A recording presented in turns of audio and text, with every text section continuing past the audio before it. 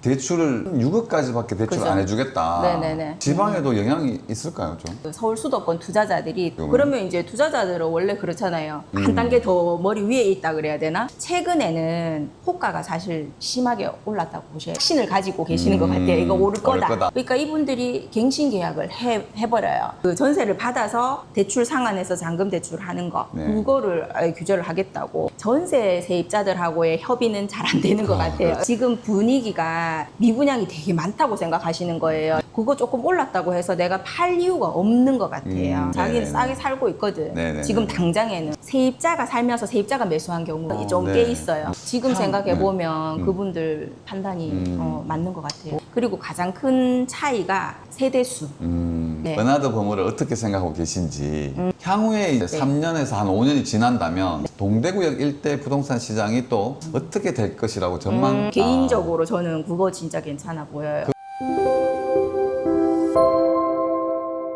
특히 정부가 바뀌었습니다. 그렇죠. 정부가. 그게 제일 큰 일이죠. 네, 큰 일인가요? 좋은 일인가요? 그래도 어쨌든 일관성 있게 그래도 정책이 조금 가고 있는 것 같아서 그래요? 그거는 좀 좋은 것 같죠. 뭐 왔다 갔다 뭐 이렇게 왜 예측 안 되는 그런 거는 아닌 것 같아서 네. 괜찮은 것 같아요.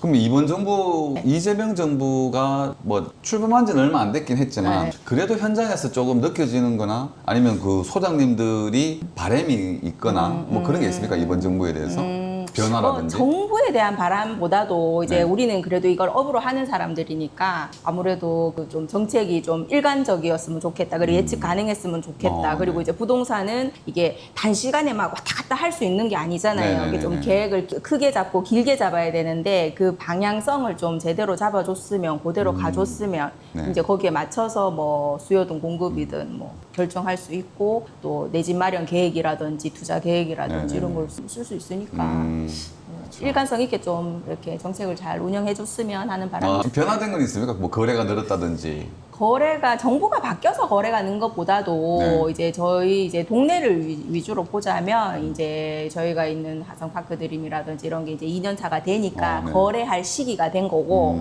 그리고 대구 전반적으로 보면은 되게 바닥이었었죠. 네. 바닥이었다가 슬금슬금 올라가는 시점에 있었었죠. 네. 작년 하반기부터 해서 올 상반기 들어서면서 전체적으로 거래는 좀 살아나는 분위기였죠. 네. 그래서 또 지금부터 또 기대치는 좀 그러면 근데 이렇게 방송 우리가 일정을 네. 잡아놓고 어제 이게 대출 규제 발표가 나왔지 않습니까? 맞죠. 물론 수도권 이야기이긴 하지만 대출을 6억까지밖에 대출 그죠. 안 해주겠다. 네네네. 이게 대구에도 그래도 수도권 이야기지만 지방에도 영향이 있을까요, 좀? 당연히 있겠죠. 네. 왜냐면 이제 이게 그 지방 같은 경우 수도권 규제를 따라갈 수밖에 없는데 어제 규제 보면 수도권 뭐 규제 지역 뭐 요런 위주로 되어 있긴 하던데 지금 왜 짧은 시간에는 또 그 서울 수도권 투자자들이 살짝 눈을 지방으로 돌리지 않을까? 틈새 시장처럼 투자자들 네네네. 입장에서 네네네. 보면 그럴 수 있을 것 같아요.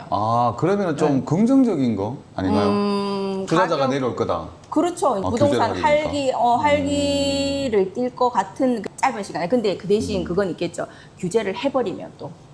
수성구라든지 뭐 동구 뭐 중구 이런 식으로 네네네. 규제를 해버리게 되면 또 규제권에 들어가니까 그러면 또 약간 안 좋아질 수밖에 네. 없는데 지금 어쨌든 어제 정책은 보면은 서울 수도권 위주다 보니까 네. 지방은 좀 빠져 있는 것 같기는 네, 해요. 그렇죠. 그러면 이제 투자자들은 원래 그렇잖아요. 틈새로 이렇게 한 단계 더 머리 위에 있다 그래야 되나? 네. 그러니까 찾아올 것 같은 뭐 그런 아직은 그래요. 이렇게 일단은 느낌이 그러면 소장님은 동대구역 네. 쪽에 계시니까 서울에서 이제 투자자들이 기차 타고 내려오면 제일 먼저 알 수 있을 수도 있겠습니다. 그렇죠. 이제 한번 또 있어 봐야 되죠. 이제 네. 요번 주가 이제 좀 이제 약간 과도기 네. 반응을 한번 또 살펴봐야 되겠죠. 그렇죠. 그래서 이렇게 벌써 이제 어제 대출 나오니까 전화 문의 오시는 게 물론 수도권 이야기이긴 하지만 지방도 곧 저렇게 조금만 부동산이 움직여도 그렇죠. 규제가 바로 들어올 것 같다 하면서 좀 하니까 좀 걱정을 좀 하시는. 그렇죠. 왜냐하면 투자자 우리가 입장에서. 또 왜 4, 5년 전에 다 겪어봤잖아요. 네네네. 막 조정지역 투기 가열지구 다 겪어봤었잖아요. 네네네. 또 그렇게 갑자기 또 들어오지 않을까. 그 걱정이 좀 있고. 그러니까 이제 또 특히나 대출 규제를 해버리니까 네. 요번 같은 경우는 대출 정책이 나오면 그 다음날부터 바로 묶어버렸더라고요. 네. 그러니까 이게 겁나는 거죠. 사실 네. 투자자 입장에서도 내가 계약을 걸어놨는데 규제가 들어와서 대출이 네. 안 된다 이러면은 어쨌든 손해가 나는 네. 거니까 이제 뭐 좀 그래도 규제 나오자마자 어제도 이제 서울 쪽에는 네. 계약을 해놨는데 계약을 해놓은 것까지는 괜찮고 가계약 해놓은 건 인정 안 해주고 뭐 이런저런 그렇죠. 이유가 네, 이렇게 그러니까. 네, 있더라고요. 있고 그러면 예를 들어 16억짜리를 샀는데 뭐 6억 대출해주고 나머지 10억을 구해야 되는 그렇지. 그런 네, 상황이고 네. 그런 것 같습니다. 맞아요. 그러니까 혼란스러울 것 같아요. 그럼 최근 요즘 이제 동대구역 인근 현장 분위기는 어땠습니까? 뭐 손님들 문의나 요즘 이제 수요의 트렌드가 예전과 좀 비교해가지고 달라진 게 있는지. 달라진 것보다는 이제 차츰 올라왔던 것 같아요. 작년 연말부터 해서 작년 이맘때하고 비교를 해보자면 네. 사실 호가나 실거래가도 확실히 올랐어요. 올랐어요. 많이 네. 올랐어요. 그러니까 이안 센트럴디나 아니면 동대구역 가성파크 드림 요 위주로 보자고 하면 어쨌든 한 실거래가가 5천 내지 1억 정도는 상향을 한 것 같아요. 네. 상승이다. 작년 이맘때 그리고 작년 하반기 올 상반기 그리고 지금까지 계속 올랐다고 보시면 꾸준하게. 돼요. 네, 꾸준하게 조금씩 올랐다고 보시면 돼요. 그리고 지금 최근에는 호가가 사실 심하게 올랐다고 보셔야 돼요. 호가가. 네, 실거래가하고 호가하고 그 차이가 좀 많이 나고 있어요. 네. 그게 주인들이 기대치가 좀 더 있었던 거죠. 이제 상승 분위기로 좀 접어든 것 같고 확실하게 네. 지금은. 그러니까 올 상반기까지만 해도 오를지 내릴지 이제 약간 좀 불안해했다면 지금 이제 가지고 계시는 분들은 확신을 가지고 계시는 것 같아요. 이거 오를 거다. 이런 그런 확신이 있는 것 같아요. 어려운, 그러니까 투자자분들이나 실수요자들 입장에서도 또 어려운 시장입니다. 왜냐하면 네. 물건을 가지신 분들이 뭐 잠그기 시작을 했다. 맞아요. 뭐 그러면 공급이 없다. 더군다나 공급이 없는 데다가 파실 분들도 이제 없어지는 그렇죠. 그런 분위기 같습니다. 근데 지금 이 동대구역 인근에 찾는 이제 수요자들은 보통 어떤 분들이신 거죠? 저희 손님을 위주로 말씀드리자면 네네. 이제 저희한테 오시는 손님들, 문의 오는 손님들 보면 대부분 이제 동대구역 이용하시는 분들이 많아요. 많기도 하고 그리고 이제 본인이 동대구역을 이용을 안 하더라도 어쨌든 대구의 관문이라고 보잖아요. 동대구역을. 그러니까 자기가 알고 있는 곳. 그리고 앞으로 약간 그래도 상승 기대치가 있는 지역 이렇게 보면은 동대구역을 위주로 보시는 것 같아요. 다른 지역도 보긴 하겠지만 어쨌든 저희 쪽에 오시는 손님들은 대부분 동대구역 때문에 오시는 분들이 많아요. 더군다나 진짜 이 동대구역 저도 이제 얘기를 들어보니까 그 주말 부부든 출퇴근을 기차로 하시는 맞아요. 분들 뭐 이런 분들과 그리고 이제 대경선이 이제 생기다 보니까 구미 출퇴근하시는 분들도 그렇죠. 기차역 인근으로 많이 맞아요. 자리를 잡으려고 하시는 것 네네. 같더라고요. 뭐 근데 요즘 또 물건도 잘 없다고 얘기 들었습니다. 그렇죠. 그러니까 제가 저번에 4월달에 왔을 때 그때 이제 분명히 말씀드렸던 게 7, 8월달이 되면 만 2년 차가 되니까 물건이 많이 나올 것 같고 전월세 이동도 많을 것 같아서 저도 기대를 하고 있다 이렇게 말씀을 드렸었는데 막상 진짜 7월달이 다가오니까 물건 접수가 안 되는 거예요. 그러니까 그거는 좀 저도 좀 당황스럽기도 한데 대구 전체적인 현상인 것 같기는 해요. 네, 맞아요. 이게 작년부터 해서 물건들이 이제 좀 금액들이 슬슬 오르기도 하고 그리고 신축들이 입주를 해버렸잖아요. 많이 입주를 해버렸으니까 그리고 이제 전세 같은 경우는 2년 전, 3년 전에 전세가 많이 쌌단 말이에요. 그러니까 이분들이 갱신 계약을 해버려요. 그러니까 이제 주인들이 강제로 또 내보낼 수는 없는 거잖아요. 그렇죠. 그렇다 보니까 갱신하시는 분들도 많고 또 갱신을 떠나서 전세 구하러 오시는 분들이 잘 없어요. 금액을 떠나서 그러니까 전세 이동 수요 자체가 없는 것 같아요. 그거는 우리만 그런 줄 알았거든요. 사실 동대구역 쪽만 이제 여기는 물건이 없어서 그런가 했더니 대구역 쪽이나 이제 좀 신축들 있죠. 그런 쪽은 전세가 많을 것 탔는데 예상은. 근데 물어보면 소장님들도 우리도 물건 안 나와요. 그러니까 전세가 거기도- 없다. 그렇죠. 거기도 갱신을 다 하시는 것 같고 네. 그러니까 그거에 비해서 상대적으로 월세 물건은 좀 나와요. 그런 월세가. 거 보면 확실히 전세 갱신 계약 그게 영향권이 많이 있는 것 같긴 해요. 원래는 2년이 지났으면 이제 2년 살다가 이제 나가시거나 그렇죠. 이래 해야 네네네. 되는데 네. 지금은 한 번 더 갱신을 해서 한 번 더 그렇죠. 살려고 하는 그렇죠. 수요가 또 네. 많이 생긴 것 네, 같고 네. 그 다음에 요즘에는 이제 전체적으로 다 그런 것 같아요. 전세가 되게 귀하고 전세 대출도 조금 강화가 돼서 전세자금 대출 때문에 문제가 아닐까요 그런 것도 있죠. 또? 네. 그러니까 주인이 살고 있는 집이나 뭐 이런 경우에 보니까 은행권에서 보니까 주인이 왜 대출을 가지고 있잖아요. 네네네. 그 대출이 있으니까 전세 자금 대출을 안 그건 해주시더라고요. 당연하죠. 그러니까 당연하죠. 근데 어차피 갚을 거잖아. 갚을 그렇죠. 거면은 해줘야 되는 게 맞는데. 대출을 전세금 받아서 대출을 그렇죠. 갚을 건데 갚고 주인이 네. 이사를 나갈 그렇죠. 건데 그걸 안 해주는 게 있더라고요. 그래서 뭐 그런 문제. 그러니까 어쨌든 전체적으로 대출 규제가 들어가다 보니까 그거 힘든 것 같고 그리고 어저께 대책 나온 거 보니까 그런 거 있더라고요. 입주장 같은 경우에 왜 네. 보통 전세 받아서 잔금 치는 경우 많았거든요. 네, 그렇죠. 근데 그거를 아예 다 묶어버렸더라고요. 묶었다는 것은? 전세 자금 대출 그 전세를 받아서 대출 상환해서 잔금 대출하는 거 네. 그거를 아예 규제를 하겠다고 그렇게 나와 있더라고요. 그러니까 그 잔금 대출을 받을 경우에 왜 옛날에 우리 조정지역일 때 했던 네. 것처럼 네네. 6개월 내에 네. 전입하고 이전해야 되는 조건을 거는 네, 거죠. 네, 네, 이제 네. 그런 식으로 묶어버렸더라고요. 까다로워지네요. 더. 그렇죠. 근데 그런 게 이제 지방까지 이렇게 내려와 버리면 사실 좀 지방 미분양이라든지 또 이런 거는 타격이 좀 되지 않을까요? 여러 가지 문제가 있고 또 그러지는 않습니까? 이게 왜냐하면 하도 전세 사기라는 부분이 네, 좀 네, 이슈가 됐었고 또 집주인분들 입장에서도 차라리 대출을 내어서 월세를 놓는 것이 더 낫다고 생각하실 수도 있고요. 그러지 않나요? 왜냐하면 전세를 받아놓으니까 2년, 3년 살다가 나간다 하면 전세금을 또 내줘야 되고 그렇죠. 그러면 그 목돈을 또 마련을 해야 되고 이런 부분들이 있기 때문에 차라리 대출을 내고 월세를 받아서 대출 이자를 감당하는 쪽으로 그렇죠. 그거를 이제 저 같은 경우는 저도 그 방법이 더 낫다고 네.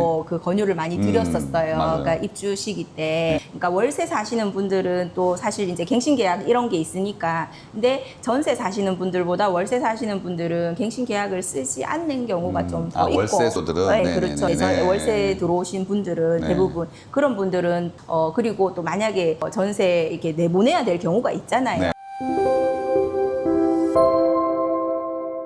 부득이하게 네. 주인이 이렇게 협의를 해서 세입자한테 뭐 이사비를 준다든지 해서 조금 나가달라 이렇게 부탁하는 게 협의가 되는 경우는 있잖아요. 네네네. 그럴 경우에도 보면 전세 세입자들하고의 협의는 잘 안 되는 것 같아요. 그렇죠. 우리가 실제 있어 보면 네. 잘 안 되는데 월세 계시는 분들 임차인하고는 네. 협의가 비교적 잘 되는 것 같아요. 왜 그럴까요? 월세는 뭐 오케이 뭐 조금만 맞으면 나 좀 비켜줄 수 있어 이런 마음이 좀 있으실 것 같아요. 그럴 수도 있을 것 같고 월세 계시는 분들이 그 식구가 좀 단촐한 경우가 좀 있는 것 같아요. 저희 손님들의 경우를 보면 네네네네. 근데 이제 전세 같은 경우는 이 학생들 그 학교 때문에 그런 것 같아요. 더 그런 것 같아요. 그 이사를 가야 된다든지 뭐 이런 것도 있고 그리고 전세 같은 경우는 그 저희 아파트를 생각해 보면은 2년 전에 만약에 전세가 2억 7천이었으면 네. 지금은 시세가 3억 5천 뭐 이렇게 돼버린단 네네네. 말이에요. 그러니까 여기를 이사를 나간다고 해서 같은 단지로 이동하기가 어려운 없죠. 거예요. 못 가죠, 이게 못 가죠. 돈이 너무 차이가 많이 나버리니까. 그렇죠. 근데 월세 같은 경우는 뭐 차이 나봐야 10만 원. 네.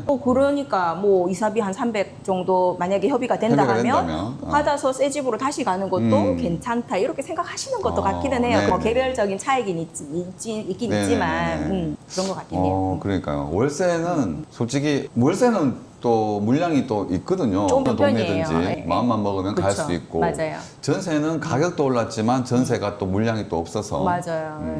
그래서 최근에 그 구축이라고 할 수도 없지만 준신축들과 네, 신축들을 네. 보면 예전에는 구축보다 신축들보다 준신축이나 구축들이 가격이 더 치고 올라갔었거든요. 그렇죠. 그래서 분양가가 싸니까 투자자들이 신축을 분양을 받으러 맞죠. 갔었던 건데 네. 지금은 조금 아직까지 구축들이나 준신축들이 들어올라갔지. 가격을 회복을 아직 못하고 맞아요. 있는 상황에서 네. 신축들이 할인을 했다 하지만 가격이 더 비싸게 맞죠. 나와 있다 보니까 맞죠. 분양률이 저조한 것 맞죠. 같고 네. 그러면 어떤 이제 구축이나 그러니까 구축이나 준신축들이 가격이 치고 올라가서 자리를 어느 정도 잡아가면 이제 지금 분양하고 있는 시장들도 분양 시장들도 이제 그렇죠. 분양률이 좀 올라갈 것 같다. 올라갈 수밖에 없는 게 요 네. 최근에 보시면은 더 팰리스 대시장이라고 왜 동부 네, 네, 네, 정류장 동부 굳이 정류장 자리. 있잖아요. 네. 거기가 이제 요번에 10% 할인이 들어갔단 말이에요. 네. 분양가에서. 네. 그 할인하기 전에는 계약률이 거의 없었단 말이에요. 사람들 관심이 없었어. 네. 너무 비싸다. 네, 네, 네, 그러니까 네. 핑계지. 사실 안심보장제 해주고 뭐 다 해준다고 해도 거의 사람들이 안 했단 말이에요. 근데 네. 10% 할인 딱 때려버리니까 계약이 막 쭉쭉 나오는 거예요. 그러니까 합리적이라고 생각이 들면 가는 거예요. 그렇죠. 실수요는 있다. 실수요자들은 있죠. 분명히 누군가는 그렇죠. 비교 분석해가면서 맞아요. 예, 예. 언제든지 이렇게 시장을 노리고 있다. 맞아요. 그런 수요가 그런 것 분명히 같아요. 있다. 예. 안 될 것 같잖아요, 계약. 네. 그러니까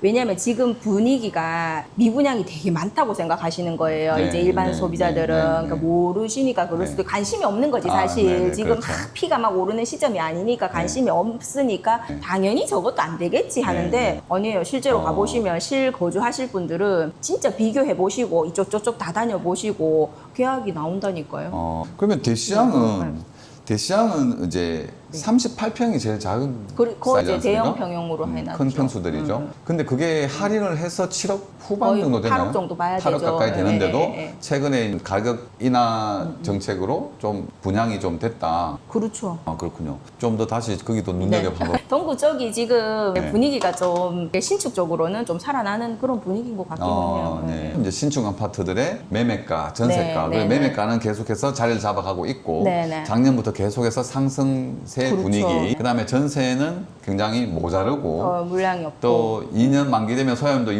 일을 좀 하려고 하셨는데 매물이 잘 안 나오고 전세도 안 나오고 맞죠. 뭐 이런 네, 흐름이다. 네, 네. 그리고 실거주자와 근데 대부분이 또 실거주 위주에 들어오신 분들이 와 있다고 말씀 주셨고요. 그렇죠. 네. 그렇죠? 그게 2년 전에 왜 입주할 때쯤 2년 전쯤에 대구 전반적인 분위기가 가격이 많이 내려가 있던 네. 시점이었잖아요. 네, 네, 네. 거기에다가 나라에서 정책을 특례 보증 그 대출을 해줬었단 말이에요. 특례 보증 대출. 그렇죠. 그때 한시적으로 뭐 얼마간 해준다 했는데 약간 연장해서 해주긴 했었는데 네. 그때 왜 막 금리가 올라갔을 때였어요. 네네네네. 근데 그때 뭐 4.6% 고정금리로 해준다. 그 당시에는 4.6%가 되게 싸게 느껴졌었죠. 지금은 또 많이 내려갔지만 그러니까 그런 보증 대출 한도도 또 늘려주고 막 그랬었기 때문에 실거주자들이 그때 많이 들어왔었어요. 그러니까 그런 분들이 사실 지금은 또 상승세다 보니까 그거 조금 올랐다고 해서 내가 팔 이유가 없는 것 같아요. 사실 젊으신 분들이 네. 많이 했었단 말이에요. 그때는 그러니까 공무원들도 많았었던 것 같고 젊은 신혼부부 왜냐하면 네네네. 코로나 때 또 결혼 안 하다가 코로나 딱 풀리는 시점이었어요. 그때가 네. 23년도였으니까 그죠? 네네네. 23년도 초반이었으니까 그때 이제 젊으신 분들이 많았었기 때문에 이제 그때 결혼해서 아기 낳고 이제 집에 적응할 단계예요. 네. 2년 차면. 그렇죠. 그러니까 그런 분들이 이동수가 없는 상황에서 굳이 팔지는 않는 것 같아요. 네, 네, 네. 또 살아보니까 또 좋거든요. 또 상승세니까 더 좋아 보이는 거예요. 그렇죠. 그렇죠. 그러면 현재 이 지역에 동대구 쪽에 신축을 보유하신 분들이 이제 매도를 고민하거나 보유를 고민하거나 이런 상황에선 오히려 이제 홀딩 그냥 홀딩이 많은 것 같아요. 보유, 그렇죠. 보유 쪽으로 네. 매도보다는 보유. 그리고 팔아도 또 마땅히 옮길 만한 곳이 또 없을 수도 있을 것 같아요. 이렇게 이야기하시는 2년 차가 되니까 이제 저도 제 고객 관리 차원에서 네. 전화를 또 다 돌려보잖아요. 네네네. 예전에 제가 사드렸던 분, 세놨던 분들, 그리고 저한테 문의 주셨던 분들 네. 전화를 또 싹 돌려본단 네네네네. 말이에요. 돌려보니까 물건이 나와야 정상인데 네. 안 나오는 거예요. 1년 있다가 2년 있다가 한 바퀴 더 돌리고 그때 팔지 뭐 네. 이러신 분들이 많고 세입자가 갱신하다 해달라 해서 네. 그냥 갱신해줬어요. 이런 분들도 주인들도 많고 그러니까 전세 갭 차이도 많이 나잖아요. 그러니까 네. 가격 차이가 많이 났잖아요. 네. 그때 지금 많이 나는 건 1억 차이도 나거든요. 2억 5천에 났으면 지금 3억 5천이면 1억 네. 차이잖아요. 주인 입장에서는 되게 손해 나는 느낌이거든요. 근데 그런 분들도 그냥 뭐 5% 받고 갱신해줬다 이렇게 이야기하시는 분들도 있고 그러니까 주인들은 그렇게 해서라도 그냥 한 바퀴 더 돌리고 그냥 기다려 보겠다 네. 이러신 분들이 많았어요. 네. 근데 이런 분위기를 분명히 네. 간지를 하고 근데 네. 왜냐하면 부동산 그 흐름을 보면 예전에도 이런 게 있었거든요. 항상 미분양이 쌓였을 때는 전세가가 쌌고 전세가 싸니까 싸서 이제 들어갔는데 결국에는 집값이 올라감으로 해가지고 적은 금액으로 전세를 지금 사는 건 좋은데 나중에 나와서 몇 년 뒤에는 이 금액으로 다른 전세를 특히나 그렇죠. 신축 새 네. 아파트 뭐 네. 이런 아파트들을 네. 가진 맞아요. 거죠. 네. 그래서 이분들은 사실 지금 빨리 고민을 해서 맞죠. 진짜 전세를 살고 계시지만 조금 보태서라도 아파트를 한번 매수를 하는 쪽으로 고민을 분명히 해야 되는 시점은 맞는 것 같습니다. 그렇게 해야 되는 게 맞는데 이게 또 분위기라는 게 또 있잖아요. 그래도 자기가 또 현실적으로 자기 입장이잖아. 자기는 네네네. 싸게 살고 있거든. 네네네. 지금 당장에는. 그렇죠. 그러니까 길게 생각을 잘 안 하시는 것 같아요. 그러니까 네네. 그 세입자의 권리만 좀 주장하시는 그런 경우도 아, 있고 네네네. 내가 당연히 2년 더 싸게 살 수 있는데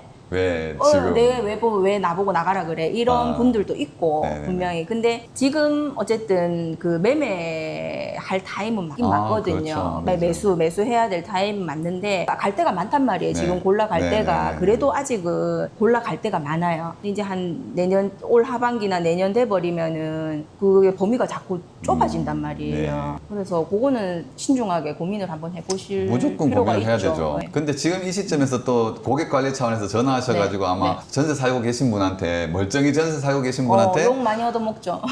네. 그리고 아니 고민 좀 해가지고 네. 매수하는 쪽으로 한번 움직여 보셔라 하면은 이분들은 무슨 부동산에서 좀 장사 속으로 그렇죠. 얘기하는 거다라고 네. 판단하실 수 있을 것 그럴 수도 같은데 지금 어쨌거나 뭐 예전에 계속 그렇게 해왔었기 때문에 나중에는 이 전세금으로 갈 그 선택지가 분명히 줄어들 것이다.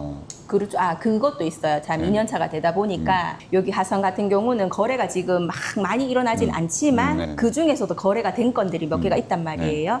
그런 건들 중에 세입자가 살면서 세입자가 매수한 경우 그거 좀 꽤 있어요. 그러니까 그 아까 그 소연 말씀하신 그런 거하고 같은 맥락인 것 같아요. 그분들 판단 그렇죠. 빠른 거죠. 네. 또 살아보니까 괜찮고 괜찮고 뭐요 정도 잘- 금액이면 맞죠. 응. 또 다른데 비교했을 때 뭐 자기네들도 합리적인 가격으로 생각했겠죠. 그렇죠. 예. 지금 생각해 보면 그분들 판단이 맞는 것 같아요. 또 앞으로 시간이 조금 가면 갈수록 지금 판단이 잘했다, 현명한 판단이었다 생각이 점점 들 것 같습니다.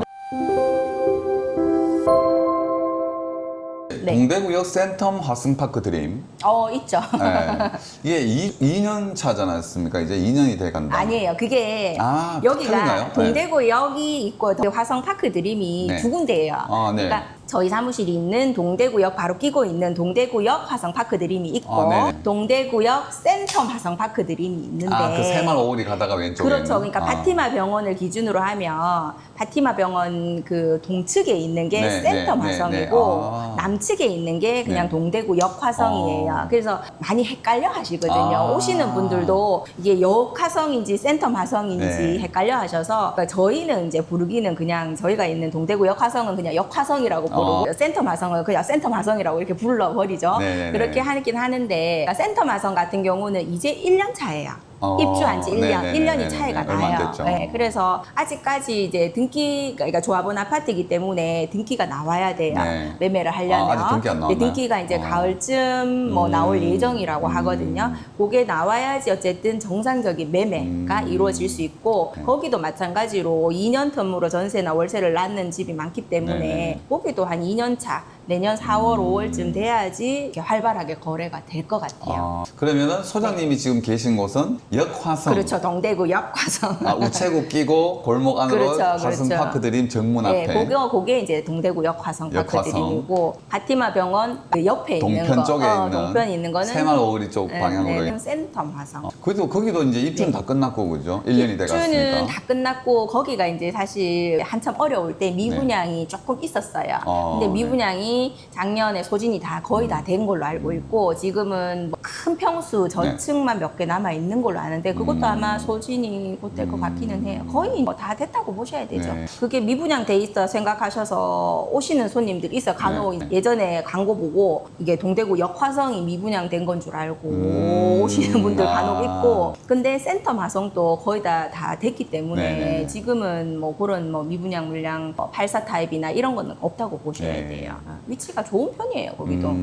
그러면은 실제로 네. 거주 만족도는 어느 정도? 괜찮죠. 그러니까 오시는 분들이 센터 마성 같은 경우도 거기 이제 조합원들이 기존에 조합원들이 네. 많이 계셨었고, 네. 그리고 이제 그 분양하고 나서도 한참 좀 어려운 시기였잖아요. 네. 대구가 네. 전체적으로. 그럴 때 미분양 물량 이렇게 실거주로 하시는 분들이 많았었어요. 네. 네. 투자보다는 사실 실거주자들이 많았었어요. 그리고 그 청약할 당시에도 네. 실거주자 외에는 청약 자체가 안 될 시기였었단 말이에요. 그렇죠. 조정지역이었기 네. 때문에. 그래서 실거주하시는 분들이 좀 많고, 거주하시는 분들은 또 만족도는 꽤 높은 편이에요. 네. 어쨌든 세대수가 한 1,500세대 가까이 되고 대단지잖아요. 네, 네, 네. 그리고 1,500세대. 그렇죠. 그리고 그 지하철역, 동구청 지하철역도 한 5분, 7분 네. 그 안에 이용 가능하시고, 동대구역도 마찬가지로 도보 한 10분, 15분 천천히 걷고 뭐 네. 신호등 걸린다 하면 네. 그렇게 이용은 가능하시기 때문에 거기도 만족도는 높은 편이죠. 네. 생각하시는 것보다는 많이 찾으시는 편인 것 같고, 네. 어쨌든 두 개 동대구 역화성하고 센터 마성을 비교하시자 보면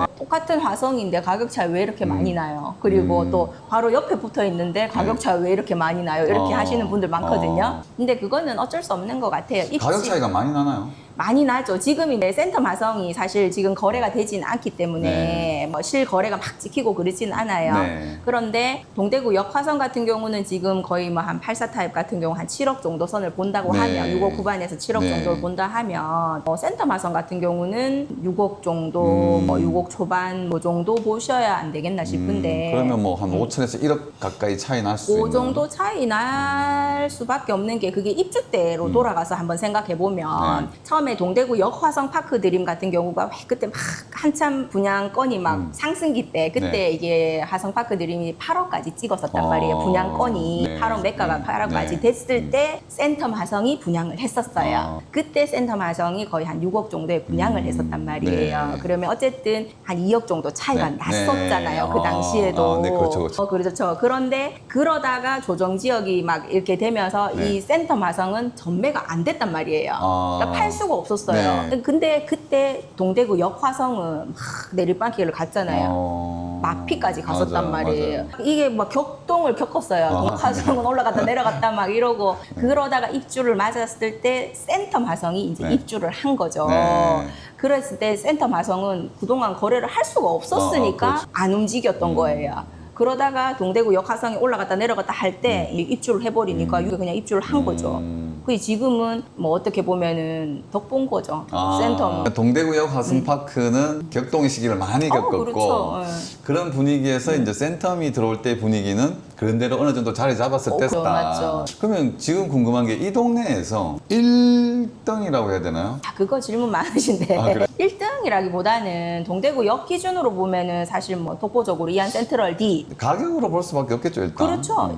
일안 센트럴 D, 그리고 네. 동대구역 화성파크 드림. 네. 그리고 보는 게 이제 조금 거리는 좀 떨어졌지만 디어엘로. 디오엘로. 그렇게 네. 보는, 이제 제 입장에서 봤을 때도 동대구역하고도 가깝지만 세대수, 네. 세대수가 제일 중요한 것 같아요. 그렇죠. 입지도 보지만 세대수 어쨌든 전 세대 넘어가는 거. 네네네. 그렇게 보면 그거 세 개는 가격대도 비슷하게 움직이는 것 같아요. 조금씩 차이는 나지만. 제가 듣기로는 동대구역 화성파크와 네네. 길 건너 대우 이안하고 한 1,000만 원 정도 이렇게 갭이 이 정도 있다. 거의 비슷하다고 아, 봐야 거의 되죠. 비슷하다. 왜냐하면 그렇죠. 1,000만 원 이안 차이가 센트럴 D 같은 경우는 최근에 이제 최고가 또 7억 1천 찍혔잖아요. 네. 84 타입 기준으로. 네. 그러니까 동대구 역화성은 아직까지 거래가 활발하게 일어나는 건 아니에요. 이게 왜냐하면 그 호가하고 매수자 차이에도 좀 갭도 좀 있고 하긴 하지만 그래도 6억 9천이 찍혔단 말이에요. 네. 근데 그게 6억 9천 찍힌 게 사실 막 로얄동 로얄층은 아니에요. 네, 네, 화성 같은 경우가. 근데 네. 이제 그 진짜 로얄동 로얄층은 사실 7억 넘게 훨씬 넘게 호가를 부르고는 있어요. 네. 근데 조만간에 7억 이상 찍힐 것 같기는 하거든요. 네. 그래서 이샌디하고 화성 역화성은 비슷하게 갈 것 같아요.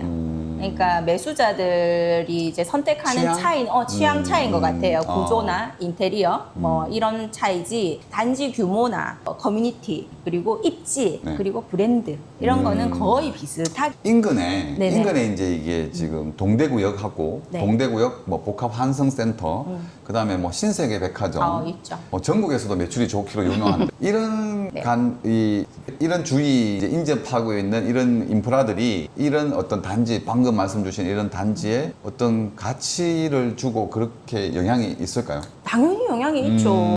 그 동대구역 같은 경우는 뭐 말할 제일 필요도 큰 없고. 영향, 제일 큰 영향이고 네. 신세계 백화점도 당연하죠. 거기 그러니까 상권이 받쳐주는 그리고 앞으로 개발 호재라든지 네. 개발 확장성이 있기 때문에 백화점이 거기 선점에서 들어간 거잖아요. 네, 네, 그러니까 그렇죠. 우리들보다 더 입지 분석을 잘했겠죠. 네, 네, 백화점이니까 향후 개발 가능성이나 이런 걸 보고 들어갔기 때문에 백화점 있는 곳은 당연히 좋은 상권이나 뭐 주거 환경, 업무 환경이 형성될 거로 보죠. 그러면 네. 그런 구성들이 동대구역이나 신세계백화점이 영향을 많이 주는데 이 동네에 네.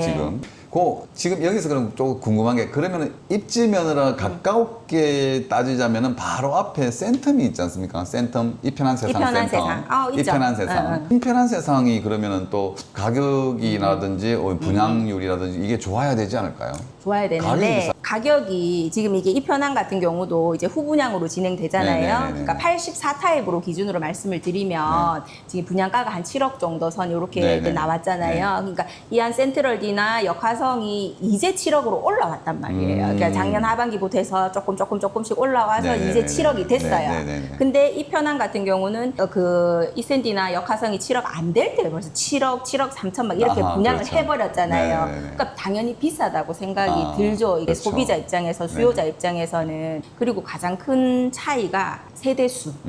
그렇죠. 실거주를 목적으로 하시는 분 입장에서는 세대수가 무시 못하죠. 네. 그거에 좀 있고, 근데 전체적인 분위기로 이렇게 상승세에 접어든다면 이편한 또 계약률이 높아질 수 있겠죠. 이제 네. 가격이 합리적인 가격이네 느끼는 네. 시점이 온단 말이에요, 분명히. 그리고 이제 입주가 하반기 입주잖아요. 그러니까 실제 입주를 하기 시작하면은 또 진짜 와야 되는 분들은 오겠죠, 필요에 의해서. 네. 그 대신 비교는 해보겠죠. 당연하죠. 이안 센트럴디, 화성파크 드림, 그리고 멀게는 저기 벤처밸리 쪽으로 네네. 그쪽 라인 아니면 태영 더 벨리스트 대시양까지도 네네네네. 대형 평형을 보신다 하면 그까지 이제 동구 쪽에 지금 입주할 게 계속 연결돼 있거든요. 네. 내년 상반기까지. 그래서 넓게 보시겠죠. 이 편한 또 시간이 지나면 지날수록 계약률은 올라갈 수밖에 없긴 해요.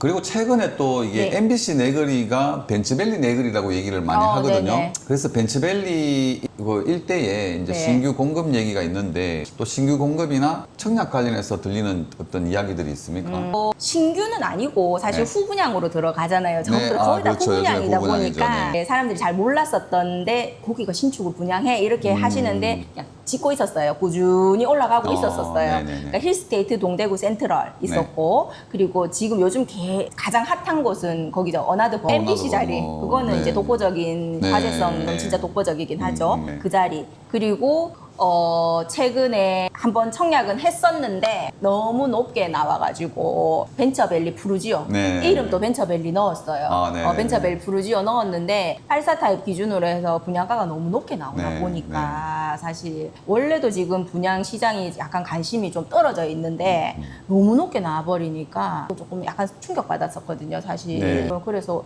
그랬는데 뭐 최근에 보면 거기도 뭐 분양 조건은 뭐 완화한다 이런 말은 있어가지고 네. 그것도 후분양이고 내년에 상반기에 입주 예정이거든요. 네네네네. 그래서 그쪽 벤처밸리 쪽으로 MBC 네거리 쪽으로 내년에가 되게 좀 네. 분주할 것 같긴 해요. 네.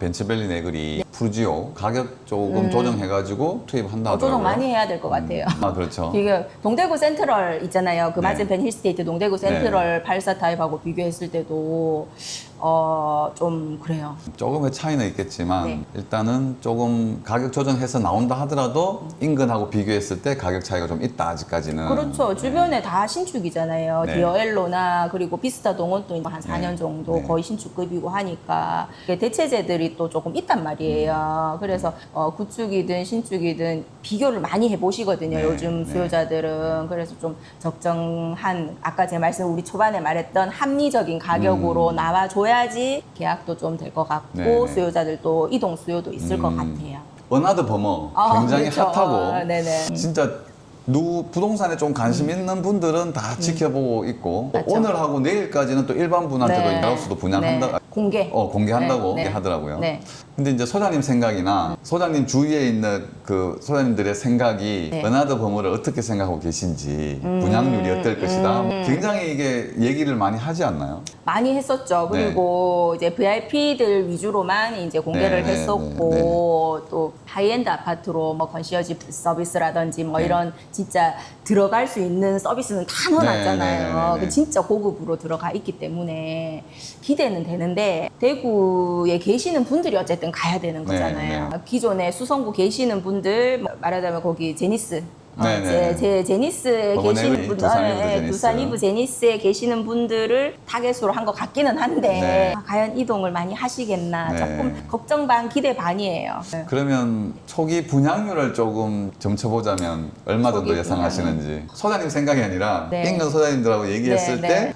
그런 얘기 좀 있지 않았습니까? 인근 소장님들 얘기는 사실 좀 넘사벽이라서 그러니까 저희가 관여하기에는 네. 좀 넘사벽인 아파트라서 사실은 접근하기가 조금 어려운 아파트긴 해요. 근데 뭐 분양률을 또 지켜봐야 되긴 하겠죠. 그렇죠. 대구에 또 뭐 숨겨진 부자들이 그렇게 많다고 하니까. 네네네. 근데 관심은 진짜 많았어요. 그렇죠. 어느 정도 재력이 가지고 계시는 분들이 저희 손님 같은 경우도 이제 그런 분들이 있어요. 그러니까 아파트가 이렇게 몇 군데 나눠져 있었잖아요. 네. 그거 정리해서 나 저기 갈란다. 그런 분들도 있기는 있었어요. 예, 예. 그래서 관심은 되게 많은 있죠. 지역이긴 해요. 최근에 또 그러니까 대형 평수로는 신축이 오랜만에 네. 공급이 되다 보니까 입지적인 면이 조금 수성구에서는 조금 벗어났다는 입지가 그런 얘기도 많이 하시긴 하시더라고요. 그거 아니면 진짜 입지만 좋으면 해볼만 하다는 생각이 들긴 하는데 많은 이야기 이구동성 똑같은 이야기들이 그렇긴 한데 근데 그게 그 규모의 그 컨디션으로 범어 내거리 제니스 자리에 옮겨놨으면 가격이 더 하겠죠. 더 했겠죠. 네네네네. 그렇죠. 네. 차별을 뒀다고 봐야 되죠. 그래도 그나마 입지적인 그런 핸디캡이 감안해서? 핸디캡은 감안해서. 금액이 그 정도 선일 그렇죠. 것이다. 네네. 그런 것 같아요. 향후에 이제 3년에서 한 5년이 지난다면 동대구역 일대 부동산 시장이 또 어떻게 될 것이라고 전망하시는 게 있습니까?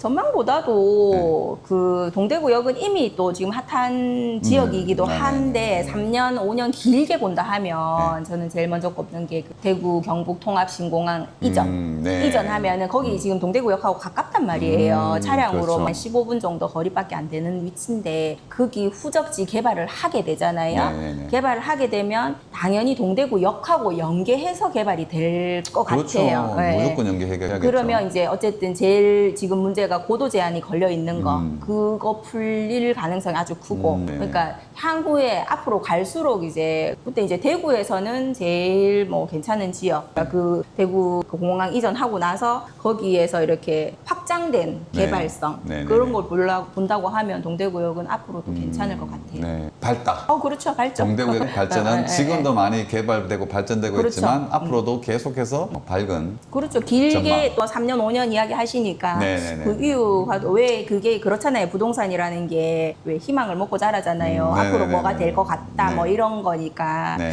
뭐 그런 개발 호재가 있을 만한 지역이 동대구역 쪽인 것 같아요. 예. 동대구역 인근은 하여튼 계속해서 네. 발전 가능성이 네. 계속 있는 것 네, 같습니다. 그런 것 같아요. 아파트뿐만 아니고 다른 뭐 상업 건물이라든지 토지라든지 이런 것도 마찬가지인 것 같아요.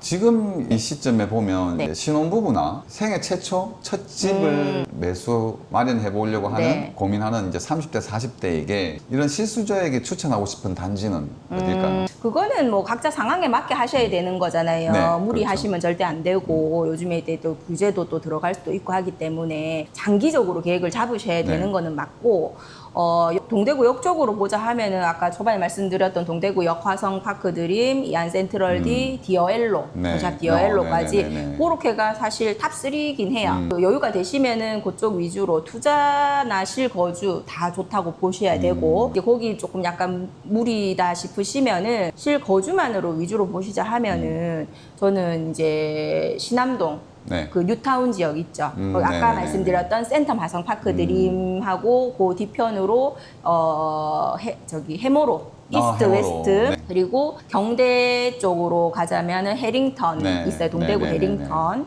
그런 위주로도 보셔도 괜찮은 게 거의 다 1000세대가 다 넘는 대단지 아파트예요. 그래서 학교도 바로바로 끼고 있는 네. 그런 단지이기 때문에 초등학교를? 초등학교도 그렇게 멀게 이용하고 그러진 않아요. 그래서 그런 데가 보면은 실거주하시기는 단지나 그리고 위치 입지도 뭐 그렇게 나쁘지도 않고 괜찮은 편이라고 생각이 들어서 그런 쪽으로 신축 위주로 보신다 하면 그쪽도 추천드릴 만해요. 가격대는 어떻게 될까요? 24평짜리도 있나요? 24평도 있기는 있죠. 그러니까 3억 중반에서 후반 그 정도 한 4억 정도는 되는 것 같아요. 그 정도 분양가가 뭐 한 3억 중후반 정도였었으니까 그 정도. 근데 거기가 전부 다 그거예요. 조합원 아파트란 말이에요. 네. 그러니까 조합원 아파트들은 5구 타입 같은 경우는 조합원이 가지고 간 물건의 경우 3년 동안 전매 제한이 걸려 있어요. 그래서 5구 타입을 찾으러 오시는 분들은 정말 많아요. 소형 평형이다 네. 보니까. 근데 거래할 법적으로 묶여 있다 보니까 3년이 지나지 않고서는 거래를 못 하도록 돼 있어요. 5구만 그런 건가요? 5구 타입 소형 평형만 그게 조합원일 경우에 큰 평수 하나, 5구 타입 하나 이렇게 1+1으로 받으시는 경우가 있단 말이에요. 네네네네. 그러면 5구 타입은 서민들 주거 안정을 위해서 나라에서 법으로 묶어놨어요. 전매 제한을 걸어놨기 때문에 네네네. 재개발 아파트일 경우에만. 네네네. 그래서 그거는 법적으로 팔 수가 없단 말이에요. 3년이 지나기 전에는. 그러니까 그거는 물건을 찾는다면 조금 더 기다리셔야 돼요. 5구 타입 같은 경우는 조금 더 기다리셔야 되고 간혹 한 개씩 나오는 것도 있을 수는 있지만 네. 그런 거는 귀해요. 왜냐하면 뭐 조합원이더라도 한 개만 받으신 분들이라든지 뭐 네. 일반 분양 받으신 분들이라든지 그런 물량이 적잖아요.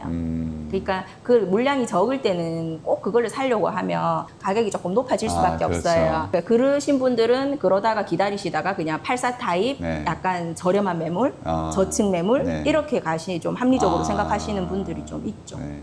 제가 이게 개인적으로 이렇게 네. 좀 동구 쪽을 이렇게 다녀보면 그 뉴타운 쪽도 그렇지만 네. 이게 아파트, 신축 아파트들이 굉장히 많이 들어왔잖아요. 네. 그 와중에 중간에 그러면 그 보성 아파트, 저층, 있죠. 저층 아파트. 네, 19역이었어요. 거기는 네. 아직 뭐 어떤 재건축 진전이 없을까요? 거기는 진전이 없고 네. 지금 이제 조합 사무실도 약간 이제 와야 됐다 그래야 되나 그런 상황이에요. 네. 그래서 당분간은 아직 답은 없다. 그 저기 이제 파티마 병원에서 대구 공고 내거리 가다가 네. 왼쪽으로 동네로 들어가면 옛날 그 유명한 수협. 찜질방 궁전 나댄다. 공전나 뒤쪽으로 가면 네, 네. 거기도 지금 펜스 쳐놓고 멈춰 있는 현장들도 있고.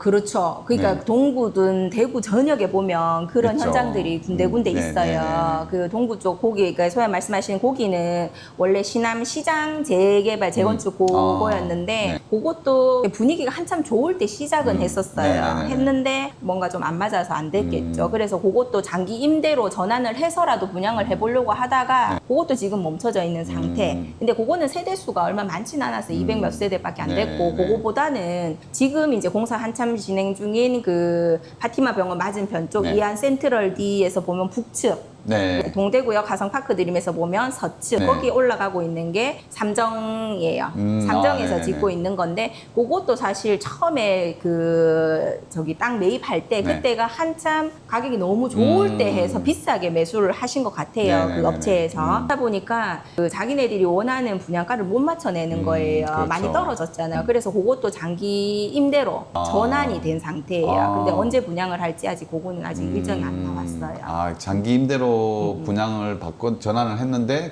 그것도 지금 임대 분양도 언제 할지 모른다. 그렇죠. 아직 말씀이죠? 일정이 아직 뭐 저희한테 홍보가 아직 안 왔더라고요. 보통 이제 주변에 있는 부동산에 부동산 홍보를 들리죠. 오거든요. 근데 홍보가죠. 아직은 뭐 소식이 없는 것 같아요. 공사는 계속 진행 중이더라고요. 근데 지금 또 보니까 그저께 보니까 네. 거기서 건영 아파트 쪽으로 있잖아요. 철로변 쪽으로 있죠. 건영 네. 아파트. 네네. 거기 앞에 보면은 마트도 있고 했었거든요. 코너에. 거기도 이제 가로정비 주택으로 네. 진행을 했었는데 네.